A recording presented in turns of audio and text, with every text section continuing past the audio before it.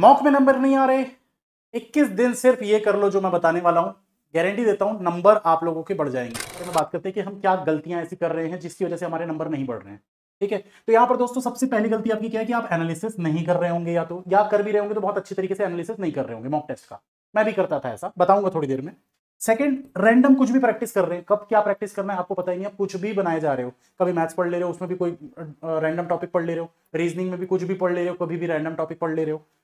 Week basics, आपके basics शायद बहुत मजबूत नहीं है। कुछ टॉपिक ऐसे होंगे जिनके बेसिक में आपने बहुत ज्यादा मेहनत नहीं की है, या आपने उसको अवॉइड कर दिया है कि चलो देखा जाएगा, हो जाएगा, बनेगा तो ठीक, वरना स्किप कर देंगे।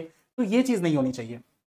टाइम मैनेजमेंट की अगर हम बात करें तो टाइम मैनेजमेंट में बहुत सारे लोगों को दिक्कत ये आती है कि वो टाइम को मैनेज नहीं कर पाते। उनको ये समझ में नहीं आता है कि मैं अपने पूरे दिन के जो भी 8-10 घंटे पढ़ाई कर रहा हूं उसको किस तरीके से मैनेज करते हुए मुझे किस सब्जेक्ट में कितना समय देना है। ये सबके बारे में बात करेंगे अभी। ये बहुत इंपॉर्टेंट है, ओवर कॉन्फिडेंट या अंडर कॉन्फिडेंट। बहुत सारे बच्चों को मैं देखता हूं कि वो बहुत ज्यादा ओवर कॉन्फिडेंट रहते हैं कि भैया मैं तो बना लूंगा, अरे मुझे तो सब आता है। एग्जाम में जाते हैं तो हालत खराब हो जाती है, नंबर नहीं आते। मॉक टेस्ट में बैठते हैं तो नंबर नहीं आते।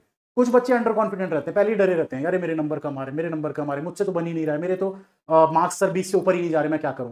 तो पहले ही अंडर कॉन्फिडेंट हो जाते हैं, वो नेगेटिव नेगेटिव बातें करने लगते हैं। तो ये चीज आपको नहीं करनी है। ठीक है, चलिए अब बात करते हैं दोस्तों करना क्या है। तो 21 दिन का जो ये बूस्टर प्लान है, 21 डेज बूस्टर प्लान, इसको आप फॉलो कर लीजिए दोस्तों। और 21 दिन के बाद आकर वीडियो के नीचे कमेंट करके जरूर बताइएगा कि आपके नंबर कितने बढ़े।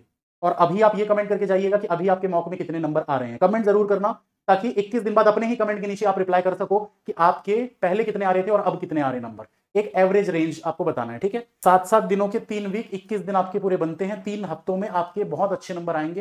पहले वीक 1 में आपको क्या करना है, आपको अपना फाउंडेशन को रीसेट करना है। अपने फाउंडेशन को रीसेट करने का मतलब क्या होता है, हर टॉपिक के जो बेसिक्स होते हैं उनको रिकॉल करना है, फिर से आपको रिवीजन करना है एक बार। वीक में आप लोगों को क्या करना है दोस्तों, तो सबसे पहली चीज है प्रैक्टिस। जितना ज्यादा प्रैक्टिस कर सको, फिर कुछ बेसिक बेसिक नहीं, फिर कुछ सीखना नहीं है, सीखने वाली वीडियोस को खोलना भी नहीं है। आपको सिर्फ और सिर्फ प्रैक्टिस सेशंस में जाना है। जहां प्रैक्टिस हो रही है, यूट्यूब पे अगर कोई क्लास हो रही है जिसमें प्रैक्टिस चल रही है, आप वहां पर घुस जाओ। पेड में कोई क्लास चल रही है, अगर आप पेड सब्सक्रिप्शन अगर आपके पास है कोई सा भी, किसी का भी, तो आप उसमें घुस जाओ, वहां पर प्रैक्टिस करो। जितने भी प्रैक्टिस सेशंस हैं वो आपको अटेंड करना है। अकेले बैठ के प्रैक्टिस नहीं करनी है। मैं ये नहीं बोल रहा हूं कि एक बुक उठा लिया और खुद बनाए जा रहे हैं।